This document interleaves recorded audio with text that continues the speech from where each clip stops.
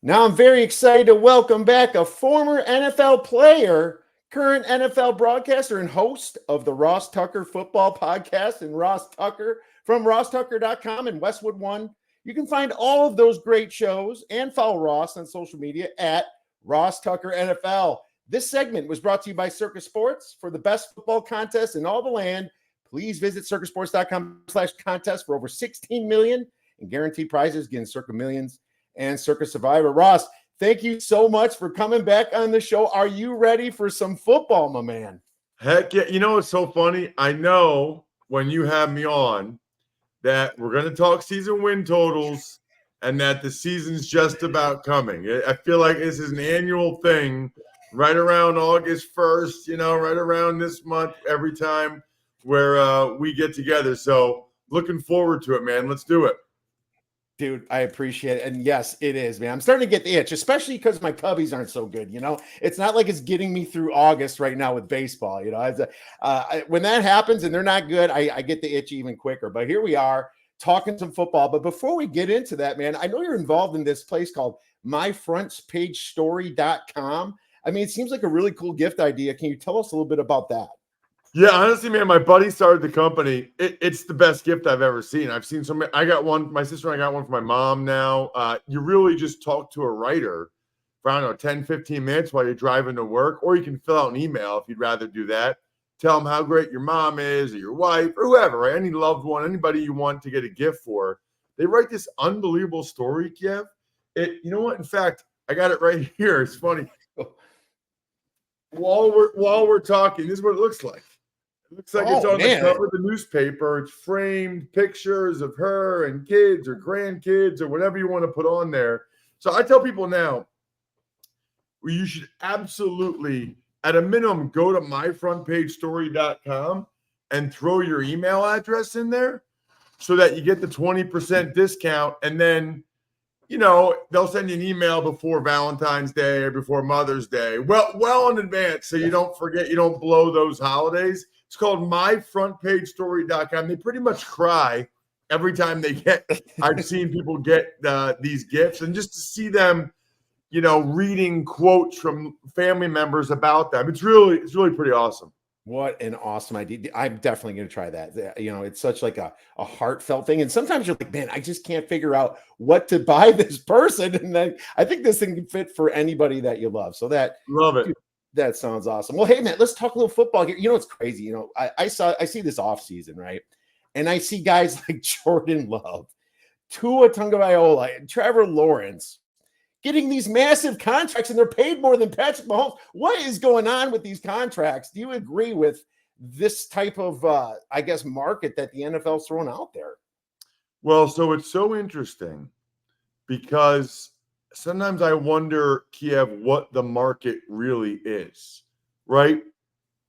I talked about this on the latest Ross Tucker football podcast and actually posted it on social media, or my producer did, 440 at Ross Tucker Pod. I think Jordan Love would have significant more interest on the open market than Tua Tagovailoa. Significantly more interest. I don't know about you, but if he was on the open market, I mean, you're talking about a guy that can do it all. He's got a big arm. We saw the way he played late in the year. I think the perception, Kiev, right or wrong, okay, is that Tua got the injury history, right? I didn't know if this would ever even happen for him, Kiev, right? I mean, the hip dislocation at Alabama, the multiple concussions a couple years ago for the Dolphins. So I'm thrilled for Tua and his family. I mean, I can't tell you how happy I am for him and his family, but because of that injury history and because of the perception that he is sort of I don't think system quarterback's the right word. I think he's a timing and rhythm passer that needs to operate in a highly schemed offense like Mike McDaniel and have receivers like Waddle and Tyreek Hill.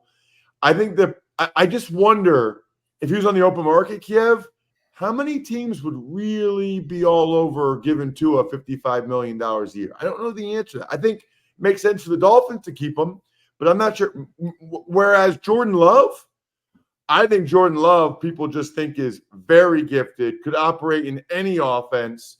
And I think there'd be a bunch of teams that would be lined up to give him that much money. That's the difference in my mind between those two guys. Yeah, and good points. And you're right.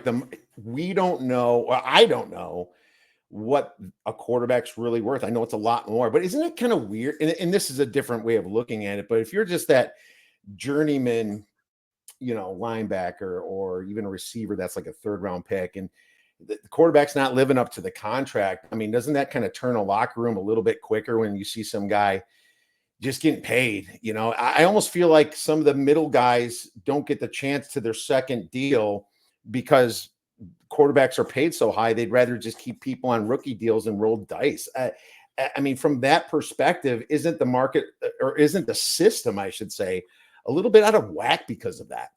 Well, they definitely, I feel like there's not very much of a middle class, right? It feels like the starters just keep getting more and more. The stars keep getting more and more, or the high-end starters, I should say, get more and more. The stars get more and more, and then everybody else seems like they're on like a rookie or minimum contract. There's not a lot of guys making between like $2 to $10 million a year. It's it's an interesting dynamic for sure. I mean, Kiev, when I played, I think guards were the lowest paid guys in the league. Right. I want to say maybe the average starting guard was like 1.2 to 1.5 million, something like that. Now I saw Landon Dickerson for the Eagles just got 21 million a year to play left guard. God bless him. I know Landon. He's awesome. He's a mountain of a man. He's a really good player, but that's very different from how it was back in the day. That's for sure.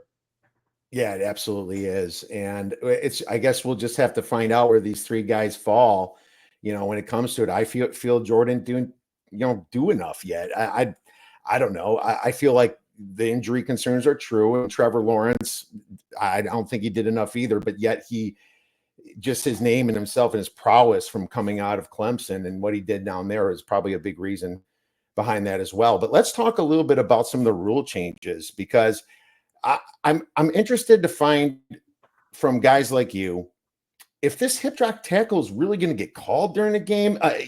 It just feels like more arbitrary situations. And I'm also curious if this new kickoff is going to add definitely some field position, but maybe some more points. I do not think the hip drop tackle is going to get called that much in real time. I think it's going to be litigated via fine afterwards. Hard to always tell when it happens in the moment. So I don't think that is a big concern or going to be a major issue, I would say. That'll be fine and guys won't be happy, but they're trying to make the game safer. The kickoff rule is interesting because nobody really knows how this is going to play out. The more people I talk to, the more I think, the projections right now are that the average starting position will be at the 28-29, which does mean more points because that's further than it has been, right? It's been below the 25. So right. 28-29, that's more points. I think some special teams coordinators are going to say, you know what? I'm just kicking a touchback, give it to him 30. If on average we're only going to save a yard, I'm not taking the chance of getting my butt fired by them taking it to the house back-to-back weeks, and I'm out of here. I'd rather just blast away. And I think that's a pretty good chance that some of these teams will do that, especially early on till things, like settle in a little bit. Well, I wonder if there's going to be more returns just based upon them trying to hit that target between the 20 and the end zone and the goal line. So I was wondering about that, but is it easier for them to break one because everybody's starting with the 40? There's no guy kind of streaming back, to try to save, minus the kicker, right? To try to save that massive score that they could get from it. So I'm confused if it will be the 29. I know I heard you guys talking about it over at Even Money, but I'm thinking maybe the average could be the 31 or 32. So I'm just really intrigued to watch this a little bit and how it develops in the preseason, Ross. Yeah, and I don't think there'll be that many that will be broken because there's not going to be as much space. It's almost more like a running play. You don't see a lot of those broken for really long runs. So I don't think that there will be a lot taken to the house. Okay, good thoughts on that. We will monitor that throughout the preseason, but let's get in to some divisions and some of their win totals. And if you have a future bet, man, I'm more than happy to help hear about that as well. And so is our listeners. But starting with the NFC North, you have Bears at 8.5, pretty high total for the Bears at 9 in some books. Packers 9.5, Vikings are at 6.5, and the Lions are at 10.5. Anything you like in this division? Yeah, so first of all, just programming note, I think the week after the last preseason game is when Steve Fezzik and I will do our official season win total bets on the Even Money podcast, which I know you listen to or watch, Kiev, and is really popular. So I have a month before my official bet, so I'll get a chance to see what injuries happen, and I'll get a chance to see how they look in the preseason. I would say that one that jumps out to me is actually the Chicago Bears. I think the expectations for them are a little high, and I like the under for the Chicago Bears. I don't think they're as good as the Detroit Lions or the Green Bay Packers, both of whom came in a whisker of beating the 49ers in the playoffs last year and looked impressive prior to going down against the Niners in those games. So I think the Lions and Packers are really pretty good. That already hurts the Bears. And no matter how much promise he has, he's still a rookie quarterback in Caleb Williams. He's still a rookie. He's still going to make some mistakes, maybe a lot of mistakes. And I know that they have a good defense and people like the skill guys that are around him. But I just think, things are a little bit skewed because of what CJ Stroud did last year. I don't think Caleb Williams is going to do what CJ Stroud did because I don't think any other rookie quarterback has ever done what CJ Stroud did. I thought he was the best rookie quarterback we've ever seen. So that's one thing I look at when talking about the Bears for sure. I mean, if you're a Bears fan, you just hope he's not Bryce Young. You hope he's as close to Stroud as possible. So the one that jumps out to me in the NFC North, Kiev, would be the Bears under. I think the other numbers are pretty good right now, but I would say the Bears under and maybe the Vikings under, depending on when they go to J.J. McCarthy, when they make that switch.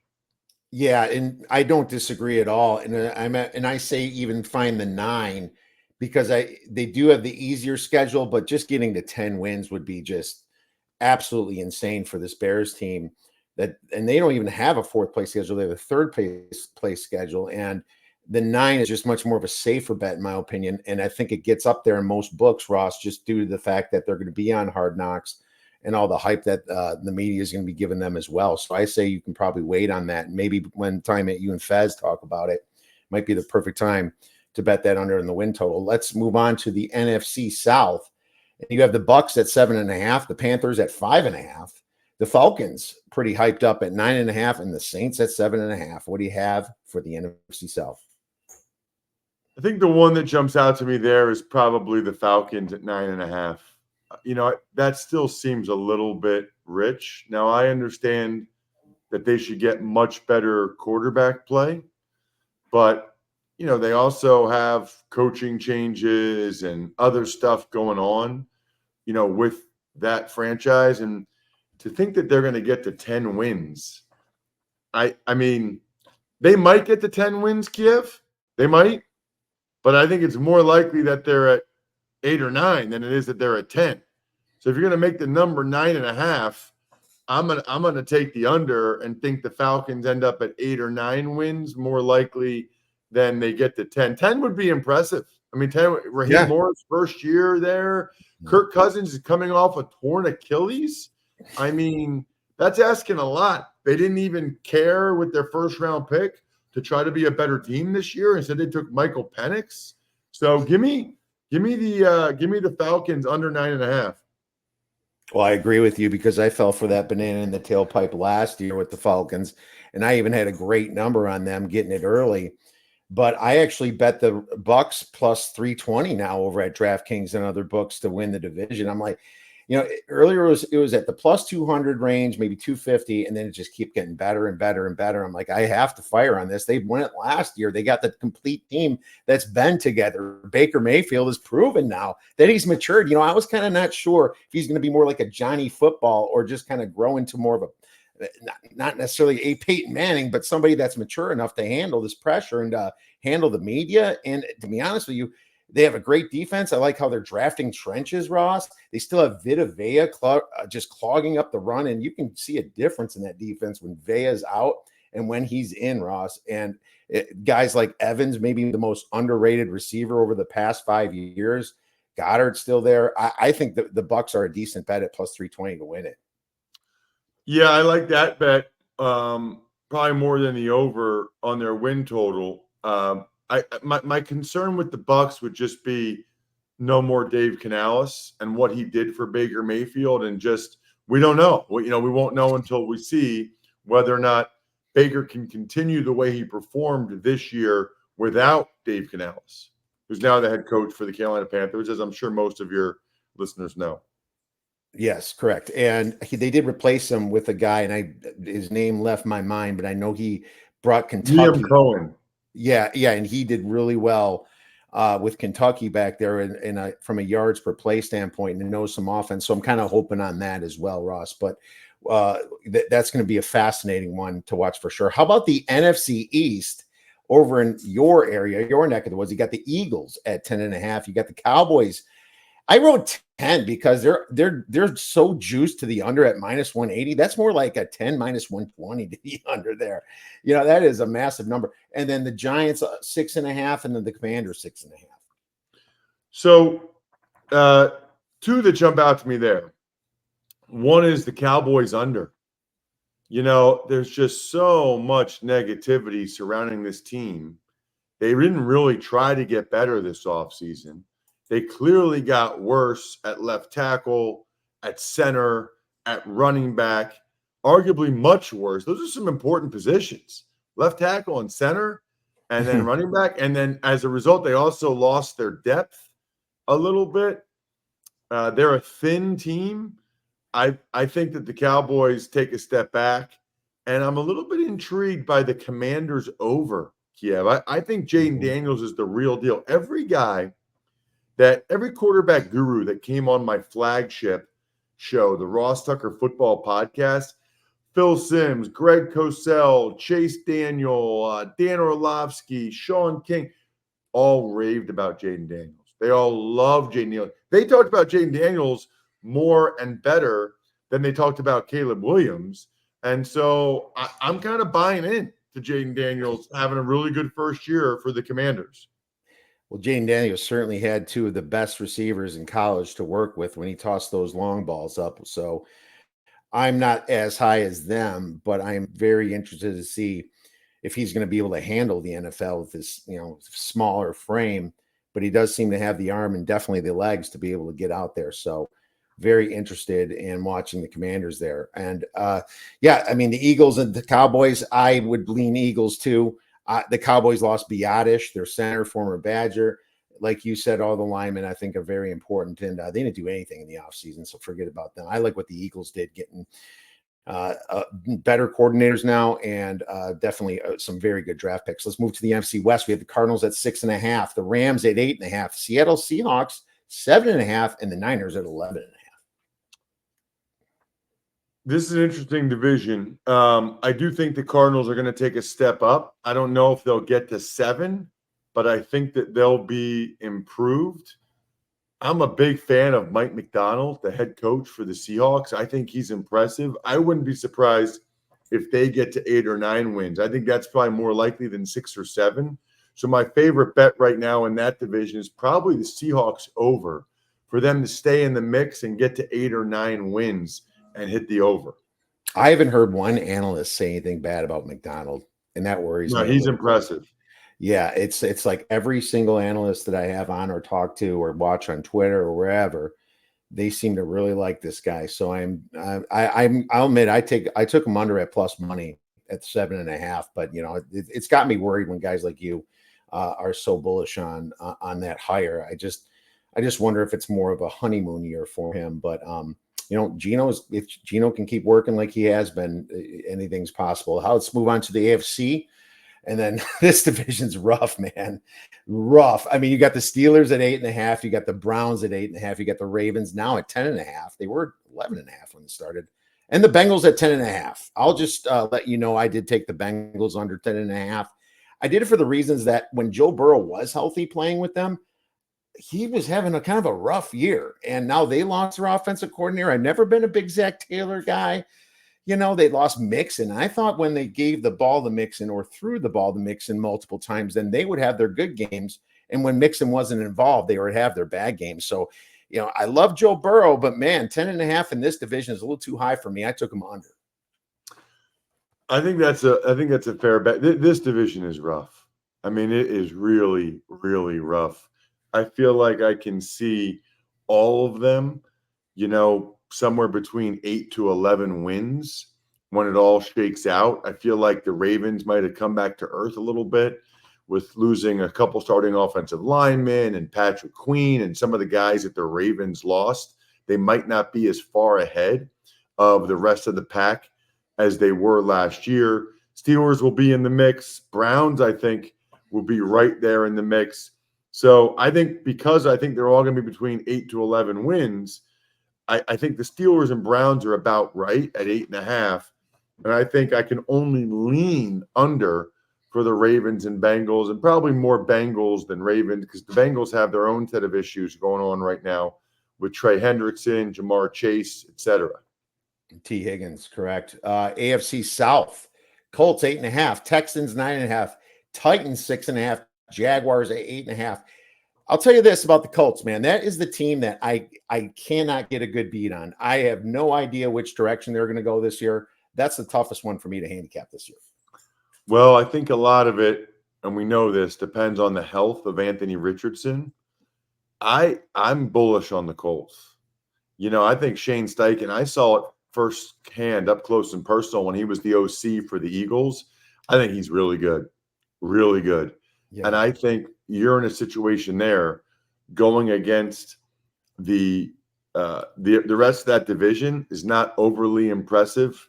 We'll see if Stroud can build on what he did last year, but I think there's a chance that Richardson, can tear up the league with his physical ability and if they're running him. But I mean, what did he get hurt 3 times in like 4 games last year? It's just hard to.